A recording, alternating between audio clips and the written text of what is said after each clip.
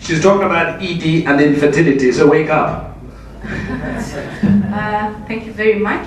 I'll actually just be taking you briefly through some laboratory investigations performed during the workup of an infertile male. This is basically just refreshing your already vast knowledge in this area, and I also want to expound more on some of the parameters you see on the reports that we as the pathologists give you and what exactly they mean and how they should be interpreted. So we know that both male and female causes of infertility each contribute to 30% of the total causes of fertility. Next, please. Now, the male infertility causes are actually categorized into three. We have the pre-testicular, testicular, and post-testicular. Pre-testicular, basically extragonadal, and we're talking about aberrant hormonal production, which leads to adverse spermatogenesis, while we have testicular causes, which are basically primary defects of the testis. Then when we talk about post-testicular causes of infertility, we are talking basically more about the ducts leading away from the testis. Now, I'll be dealing with investigations that investigate testicular and post-testicular causes of infertility. Next, please. This is just a schematic representation of the male causes of infertility. Next, please. So, what are the basic investigations? We have the hormonal test, which I will not dwell very much in. Then we have the semen analysis, of which we always specify that at least a minimum of 2 samples should be analyzed. 3 would be the most optimal, but a minimum of 2, and this should be done within a 6-month period. Next, please. I'll also talk about briefly cytological investigations. That's basically fine needle aspiration. Histological investigation, that is the open biopsy. This is another test that can be done, but I won't dwell much on that. Next, please. So, semen analysis, all our procedures, our reporting protocols, we follow the WHO laboratory manual, which is the 5th edition. Next, please. Next, please. So, semen usually has 2 quantifiable attributes, one of them being the total number of spermatozoa and all other characteristics of the spermatozoa, and this basically just reflects how the testis is functioning. The total fluid volume also is a reflection of the accessory glands. Next, please.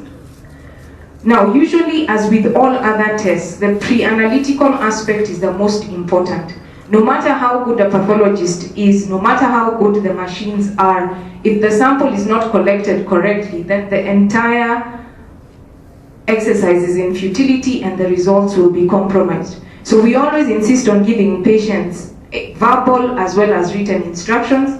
And for a semen to be well analyzed, these are some of the instructions that we give, that the sample should only be obtained by masturbation and the ejaculate should be put into a clean, wide-mouthed plastic or glass container, and we advocate for these containers being provided by laboratories that have tested these containers for non-toxic or spermicides.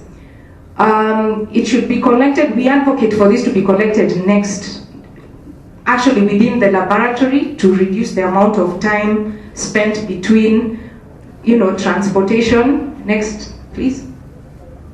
We don't advocate for the use of coitus interruptus because most of the times the first fraction of the semen, which has the highest concentration of spermatozoa, would be lost. The low pH of the vaginal fluid usually adversely affects sperm motility. We also do not advocate the use of latex condoms because most of them do have spermicides. Next, please.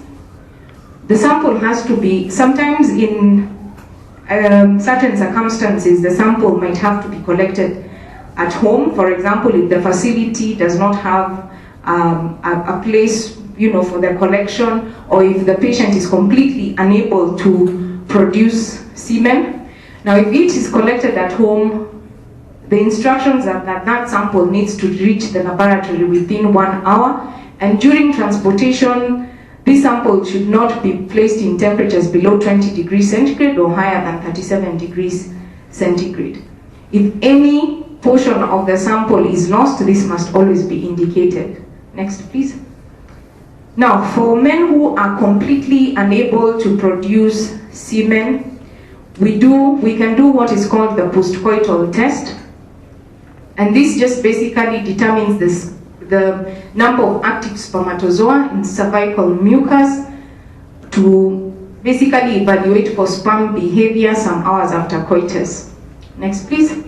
So there are various descriptive parameters that you as a urologist, when you request for a semen analysis, must demand from your pathologist to report. And I would like to just go through them individually very quickly. Next, please. So liquefaction, this basically means the time taken for semen to liquefy, because normally semen initially is a semi-solid coagulated mass.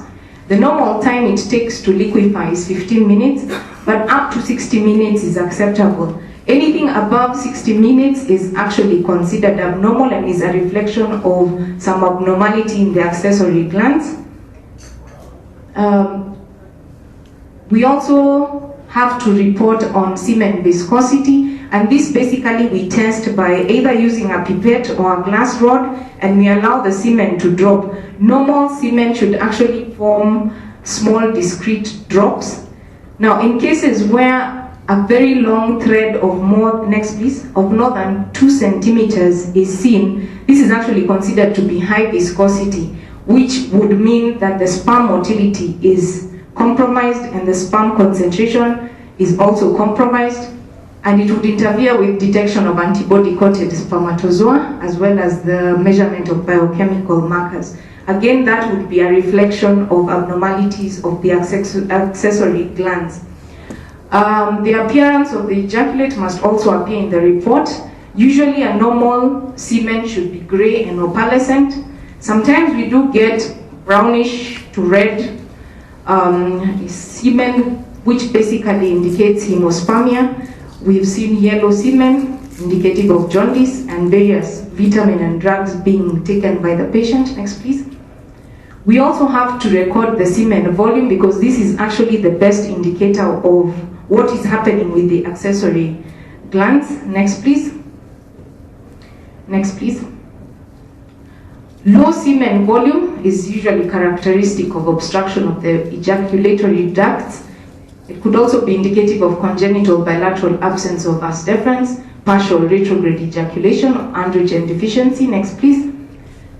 A high semen value may actually just be reflective of cases of active inflammation of the accessory organs. Next. Semen pH is also very important. However, there isn't much in terms of reference values, and a consensus was reached that a normal pH should be around 7.2. Again, this is a reflection of how well the accessory glands are functioning. Next, please. Next, please. We also have to look for aggregation of spermatozoa. Next, please. That aggregation is different from agglutination. Agglutination is actually way more important, and this just means spermatozoa that are motile, sticking to each other. This is suggestive but not diagnostic of immunological causes of fertility, and further testing would be required. Next, please. Also, when on your report, the type of agglutination and grade must be stated. Next, please. And these are the grades. Next, please. These are the types of agglutinations. You can have sperm head-to-head agglutination, tail-to-tail, tail-to-tip, mixed or tangled. Next, please. The report should also indicate whether there are other cellular elements other than spermatozoa. There are times we've actually seen malignant epithelial cells, and that has been the initial what has indicated that there's a malignancy happening. Of course, leukocytes would be indicative of inflammation or infection. Next, please. Sperm motility is also very important. Next, please. And we usually report it as progressive motility, that is spermatozoa moving actively, either linearly or in large circles, or non-progressive motility, where there is movement of the spermatozoa, but there is no linear progression. And of course, whether there is immotility. And these are all given in percentages. Next, please. Next, please.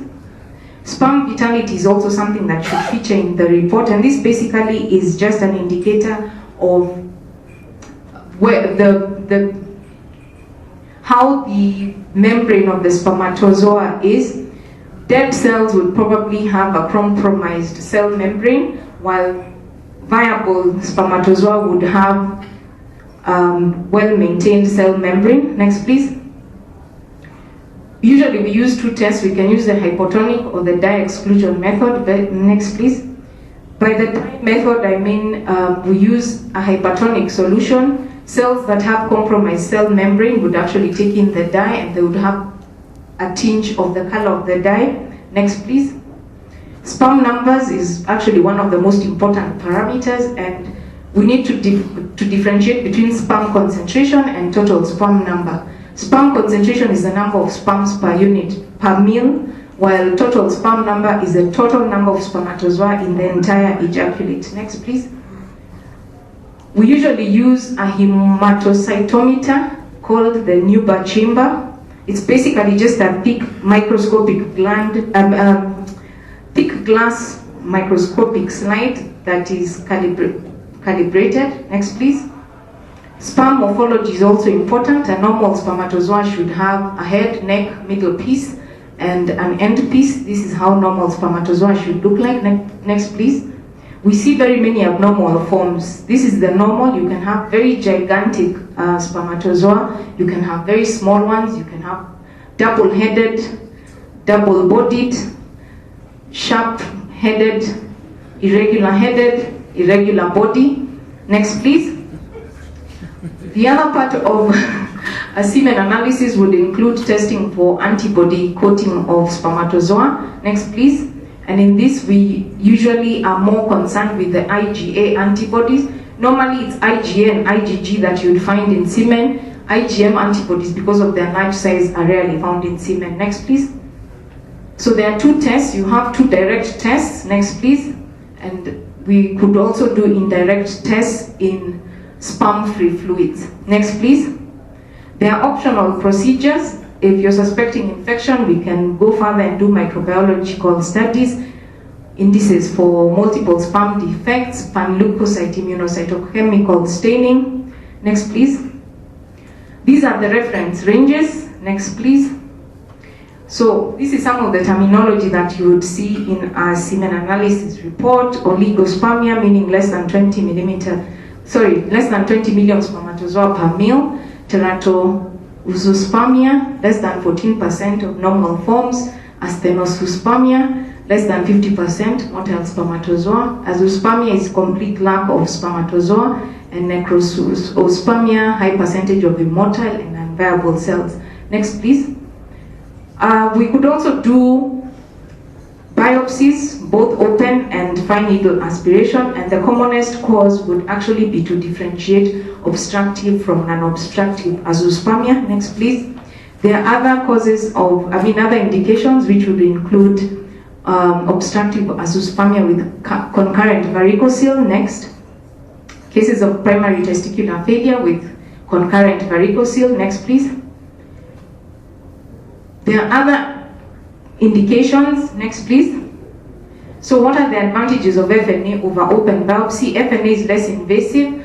The complications related to this are few and rare. It's simple, quick, inexpensive. It's well tolerated. Material is well preserved. Next, please. The disadvantages is that FNA, the material you get, the cytological material, does not give you the basic overall architectural appearance of the testis, which is very important. Next, please. Another disadvantage of FNA is that you need experienced pathologists to actually interpret smears, unlike the histopathology. Hematoma formation can be expected, especially if large needles are used. Next, please. Next, please. So for an open biopsy, we usually advocate for it to be an adequate specimen. At least it should be 3 millimeters in any dimension, because this enables there to be 20 seminiferous tubules and at least 3 to 5 lobules.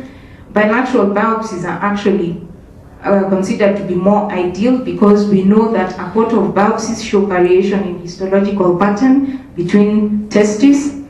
Usually we advocate that the tissue is immediately dropped in a preservative without much handling. Next, please. Because usually the testicular tissue is extremely fragile. When it's handled when it's immediately dropped into a preservative, it is well preserved and we can actually make out all of the cells. This is a well preserved biopsy as compared to this. This you can tell was seriously manhandled and you cannot tell anything from that. Next please. It should immediately be placed in a preservative. Bowen's solution is the most ideal, but I know it's very difficult to find it in most setups, so we end up using formalin. In the laboratory, we would make 5 sections from each biopsy and we stain it with hematoxylin and eosin and periodic acid sheaf. Next, please. This is the current European Association of Urology recommendation for reporting. So we'll usually report one of the 4 patterns. Next, please. This is a normal testicular biopsy. This is a seminiferous tubule. You can see the Sertoli cells and you can actually see there is complete spermatogenesis from the spermatogonia to the spermatozoa. Next, please. Hypospermatogenesis, whereby there is spermatogenesis, but there is reduction in the number of cells. Next, please. Next, please. Maturation arrest just means that at some point in spermatogenesis, there is no further development in the cells. Next, please. This is the last pattern of pure germ cell aplasia where there are no germ cells at all, just Sertoli cells. Next, please. Sorry, there was one more pattern, the seminiferous tubule hyalinization, where actually even you cannot identify the seminiferous tubule. Thank you.